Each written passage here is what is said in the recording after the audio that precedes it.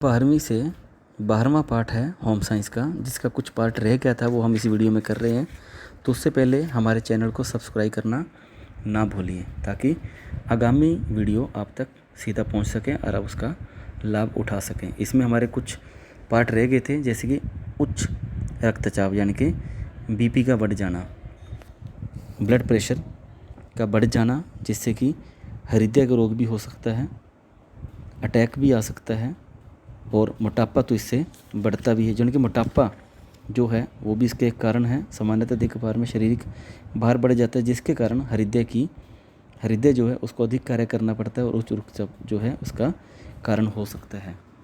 और इसी के साथ आज हम इसमें पढ़ेंगे कि जो बीपी है उसको चेक किया जाता है। अगर वो सामान्य मात्रा से ज़्यादा बढ़ जाए तो इसमें मौत होने का भी डर रहता है। मधुमेह यानी कि डायबिटीज़, तो उसको भी समय समय पर चेक करवाते रहना चाहिए, क्योंकि इससे भी साइलेंट अटैक होने का खतरा बना रहता है। क्यों होते हैं डायबिटीज़, वो इसमें अंदर कारण आज पढ़ेंगे कि डायबिटीज़ बीमारी एक है लेकिन इसके खतरे अनेक हैं। और आज हम पढ़ेंगे कि पीलिया किस प्रकार से इंसान को जो है नुकसान पहुंचाता है और किस प्रकार से लीवर की गर्मी उत्पन्न करता है, और इसमें कई बार इंसान की मृत्यु भी हो जाती है। तो इनसे संबंधित आज हम पढ़ रहे हैं।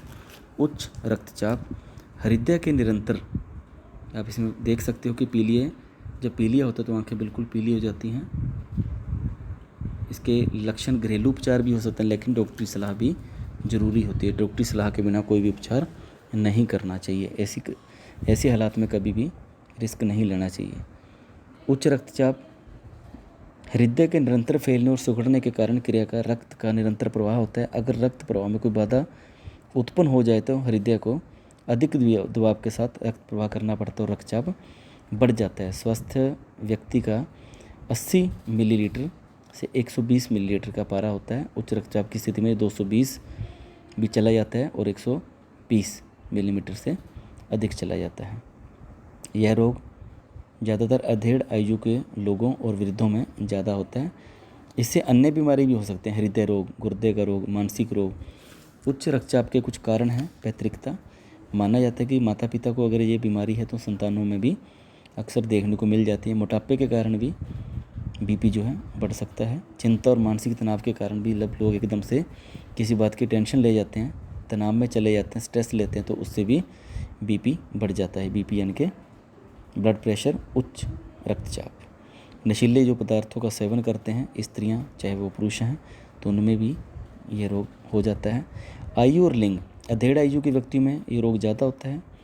यह पुरुषों में यह रोग स्त्रियों की अपेक्षा अधिक होता है। गरीब परिवार के लोगों में अमीर इंसानों की अपेक्षा ये रोग कम होता है। अधिक क्रियाशील लोगों में कम क्रियाशील की अपेक्षा रोग कम होता है। भोजन संबंधी आदतों से भी ये हो जाता है। ज़्यादा तले फले पदार्थों खाने से भी यह रोग हो जाए। ज़्यादा मिर्च मसाले वाला तला हुआ भोजन है उससे भी गुर्दों और रक्त संबंधी विकार भी उत्पन्न हो सकते हैं। तो कोलेस्ट्रॉल की धमनियों में अधिक मात्रा में जम जाने से भी उनकी लचक कम हो जाती है और गुर्दे के विकारों में ये रोग होने की संभावना बढ़ जाती है। उच्च रक्तचाप की दिक्कत के लक्षण हैं सिर दर्द रहना, चक्कर आना, पेट में गैस बनना, जी घबराना, कम दिखाई देना, नींद की कमी होना, थकावट होना। रोग के बढ़ जाने के कारण गुर्दे और क्लोम ग्रंथि और हृदय को प्रभावित करना। इसमें कुछ पौष्टिक आवश्यकता हैं। कैलोरी, मोटे व्यक्ति में ये रोग ज़्यादा पाया जाता है। कैलोरी युक्त आहार देना चाहिए, उसको कैलोरी ज़्यादा नहीं देनी चाहिए। शारीरिक भार सामान्य से बढ़ने नहीं देता। कैलोरी की प्राप्ति मुख्यतः कार्बों से करनी चाहिए। प्रोटीन, उचित पोषण बनाने के लिए 50 ग्राम प्रोटीन देना चाहिए। उच्च रक्तचाप में केवल 20 ग्राम ही देना चाहिए। वसा की मात्रा को ज़्यादा नहीं बढ़ाना चाहिए, इससे भी नुकसान होने का डर रहता है। खनिज लवण अच्छी मात्रा में दिए जाने चाहिए ताकि रोगी को अपने एक रोग के साथ साथ दूसरे रोगों से भी अपनी बचाव कर सकें। सोडियम के स्थान पर इसे पोटेशियम लवणों का प्रयोग ज़्यादा करना चाहिए। तरल पदार्थ देने चाहिए। तरल पदार्थ अपनी इच्छा अनुसार लिए जा सकते हैं, किंतु उसमें जमाव की स्थिति ना हो जो कि अंदर जाके जमते हों।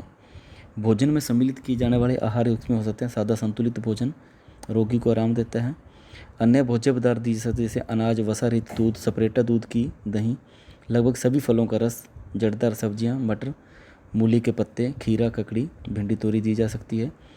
लेकिन कुछ ऐसे भोजन हैं जो सम्मिलित नहीं करने चाहिए भोजन में, जैसे कि मसालेदार व्यंजन, अधिक नमक, नशीले पदार्थ नहीं देने चाहिए, घी, मलाई, अंडा, मांस, मछली नहीं देना चाहिए, कच्ची मक्की, काले चने, भुने हुए चने, तो इन चीज़ों का भी परहेज रखना चाहिए।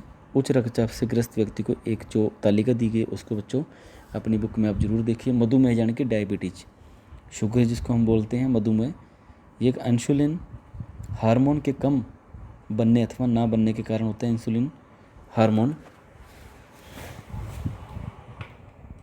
इसका भी एक कारण है कि इंसुलिन की कमी से ग्लूकोज और ग्लाइकोजन में परिवर्तन नहीं हो पाता, रक्त में ग्लूकोज की मात्रा बढ़ने लगती है। मधुमेह के कारण है कि वंशानुक्रम, जिन माता पिता को मधुमेह होता तो बच्चों में होने की संभावना बनी रहती है। आयु 40-50 वर्ष की आयु में होने की इसकी संभावना ज़्यादा रहती है। मोटापे के कारण भी ये हो जाती है।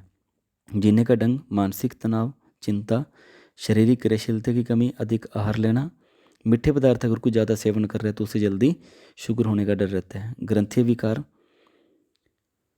प्यूटरी ग्रंथि से विकास जो हार्मोन है अधिक स्रावित होने के कारण अग्नाशय का कार्य बढ़ जाता है, इससे भी हो सकता है।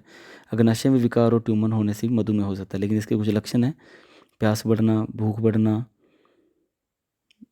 मूत्र बढ़ना, भार कम होना, धुंधला दिखाई देना, त्वचा पर संक्रमण होना, रक्त में शर्करा बढ़ना, मूत्र में शर्करा बढ़ना। जब शर्करे की मात्रा बढ़ेगी तो मधुमेह भी होगा उसको। मधुमेह के पुराना होने के लक्षण, अम्लता रक्तता होती है। जब शरीर में ग्लूकोज का चयापचय ठीक तरह से नहीं हो पाता तो ऊर्जा की पूरी मात्रा उसको प्राप्त नहीं हो पाती, तो इसके कारण क्या होता है, कीटोन पदार्थों की अम्लीयता प्रकृति के कारण शरीर में अम्लता बढ़ जाती है और रोगी को बेहोशी आने लगती है। कार्बोज का ठीक प्रकार से सही ना पचना और प्रोटीन की ऊर्जा इसको देनी पड़ती है, इससे शरीर में अमीनो अम्ल की भी कमी हो सकती है और मांसपेशियों और स्थिरता के कारण दुर्बलता भी आने लगती है उसमें। पहचान के लिए मूत्र परीक्षण हो सकता है लेबोरेटरी में, रक्त से भी पता लग सकता है, यानी कि दोनों तरह के इसके सैंपल दिए जा सकते हैं, मूत्र के माध्यम से भी और रक्त के माध्यम से भी, और जो लेबोरेटरी होती है वहाँ से पता लग सकता है कि इंसान को कितनी डायबिटीज है। ग्लूकोज मात्रा परीक्षण इसको किया जा सकता है। 250 मिलीलीटर पानी में 75 ग्राम ग्लूकोज उसको घोलकर पिलाया जाता है। आधे घंटे बाद 2 घंटे तक मूत्र और रक्त का परीक्षण किया जाता है और खाली पेट शर्करा का 140 मिलीग्राम प्रति 100 मिलीलीटर से अधिक तथा ग्लूकोज लेने के बाद 200 मिलीलीटर प्रति 100 मिलीलीटर से अधिक हो तो यह निश्चित रूप से मधुमेह का लक्षण है। पौष्टिक आवश्यकताएं, कैलोरी, प्रोटीन, कार्बोहाइड्रेट्स, वसा, विटामिन, खनिज लवण, मधुमेह, यानी कि ये चीज़ें उस तरीके से देनी चाहिए जो डॉक्टर ने उसको रिकमेंड की हो, डॉक्टर ने उसको बताया हो, और ऐसा कोई मीठा पदार्थ नहीं लेना चाहिए जिससे कि मधुमेह और ज़्यादा बढ़ जाए। मधुमेह में आहार व्यवस्था रखनी चाहिए, इसमें कार्बोज की मात्रा सामान्य से कम कर देनी चाहिए और वसा की मात्रा सामान्य से अधिक कर देनी चाहिए। मधुमेह में दिए जाने वाले भोजन हो सकते हैं चने की रोटी, जौ चने की रोटी हो सकती है, ज्वार बाजरे की रोटी हो सकती है, छिलके वाली दालें, सब्जियां, हरी पत्तेदार सब्जियां, बंद गोभी, घिया, बैंगन, फूल गोभी, खीरा, ग्वार फली, ये दिया जा सकता है। सभी फल जिनमें कार्बोज की मात्रा 15% से कम है वही दिए जा सकते हैं, वो भी कभी कभी, जैसे तरबूज, खरबूजा, टमाटर, अमरूद, मौसमी, अनानास, जामुन, संतरा, नाशपाती इत्यादि। कुछ ऐसे भोजन पदार्थ हैं जो नहीं देने चाहिए कभी भी, कचालू, शक्करकंदी, जिमीकंद, आलू, शरबत, सकेश, शराब, मुनक्का, किशमिश, खजूरी, सूखी खुरमानी कभी भी नहीं देनी चाहिए। मीठे पकवान तो बिल्कुल भी नहीं देने चाहिए। इसमें कुछ ध्यान रखने योग्य बातें हैं। रोगी कम क्रियाशील है तो किसी न किसी प्रकार से उसको व्यायाम करना चाहिए, शरीर का ध्यान रखना चाहिए, अपने भार को नियंत्रण करना चाहिए, मानसिक तनाव को दूर करना चाहिए, उसे जल्दी से किसी बात की टेंशन नहीं लेनी चाहिए, तनाव में नहीं आना चाहिए। कई बार गलती से इंसुलिन की मात्रा भी अधिक लेने से रोगी को भूख अधिक लगती है, पसीना आता है तो बदन कांपने लगता है, तो तुरंत उसको मीठा कम कर देना चाहिए। प्याज, लहसुन, जो प्याज है, लहसुन है, रेशेदार पदार्थों की दैनिक आहार सम्मिलित में करना चाहिए। अब हम कर रहे हैं पीलिया। पीलिया से क्या होता है कि पूरा शरीर पीला हो जाता है, लेकिन आँखें जो हैं साफ रोग इसका जो है सीधा सीधा आँखों में असर देखा जाता है, आँखें बिल्कुल पीली हो जाती हैं। मूत्र में पित्त संचय से पीला पड़ने की एक परिभाषा है। रक्त में बिलिरुबिन की मात्रा सामान्य से अधिक बढ़ जाती है, यह त्वचा, श्लेष्मिक झिल्ली, जीवा, आँखों और मूत्र पित्त संचय में पड़ने से इसकी परिभाषा है। बिलीरुबिन लाल रक्त कोशिकाओं के नित्य टूटने से और नष्ट होने से प्रतिफल है यह इसका। पीले के प्रकार हेमोलिटिक, यह लाल रक्त कोशिकाओं से अधिक मात्रा में नष्ट होता है और जो बिलीरुबिन है वो अधिक बनने लगती है और अनीमिया भी हो जाता है। अवरुद्ध पीलिया, जहाँ बिलीरुबिन यकृत कोशिकाओं से बनता तथा पित्त रस की अनाशय की अवरुद्धता भी इसका एक कारण हो सकता है। और इसके साथ हिपेटोसेल्युलर पीलिया भी हो सकता है। इसके कारण वायरस संक्रमण, विषाक्त दवाएं, अन्य दवाइयाँ, टाइफाइड, मलेरिया, पीत, ज्वर, अक्षय रोग आदि भी हो सकते हैं। इसके लक्षण अत्यधिक कमजोरी, सिर दर्द, भूख में कमी, अधिक कब्ज, मचली, जी यानी कि मचलना, आंखें, जीभ, त्वचा और मूत्र का रंग पीला हो जाना, यकृत में हल्का दर्द रहना, अवरुद्ध पीलिया के कारण खुजली रहना। इसके कारण लाल रक्त कणिकाएँ अधिक मात्रा में नष्ट और क्षतिग्रस्त हो जाती हैं। यकृत यानी कि लीवर क्षतिग्रस्त हो जाता है, भार युक्त है। इससे कुछ और रोग भी बनने के डर रहते हैं, जैसे कैंसर, रक्त के विकार, पित्ताशय की थैली में पथरी, संक्रमण के कारण यकृत में सूजन आ जाती है, हेपेटाइटिस रोग भी उसको हो सकता है। इसके कारण अन्य बीमारियां, टाइफाइड, मलेरिया, पीत, ज्वर, अक्षय रोग भी हो सकते हैं। तो पौष्टिक आवश्यकता है, कार्बोज उसको सही मात्रा में देनी चाहिए। पीलिया की प्रारंभिक स्थिति के बाद रोगी को अधिक कार्बोज युक्त नरम आहार जैसे अनाज की रोटी, दलिया, फल, सब्जियां देनी चाहिए। प्रोटीन, यकृत की कोशिकाओं को तेज गति से टूटने से बचाने के लिए उच्च श्रेणी का प्रोटीन देना चाहिए। वसा देनी चाहिए, रोगी को 2 हफ्ते के सभी प्रकार की वसा वर्जित है। उसके बाद बहुत कम मात्रा में मक्खन और ऑलिव ऑयल वाला आहार देना चाहिए। विटामिन उसको सी, बी और संयुग्मी जिसके खास तौर से कोलिन और विटामिन ई दिए जाना चाहिए। साथ में रोगी को प्रतिदिन 1 गोली विटामिन सी और 1 विटामिन बी की देनी चाहिए। खनिज पदार्थ उसको अच्छे तरीके से देने चाहिए। पोटाशियम की गोली दी जा सकती है, सोडियम उसके लिए वर्जित है, कभी नहीं दिया जाना चाहिए। और दिए जाने वाले पदार्थ हैं पालक, मेथी, गाजर, पत्ते, सेतमूली।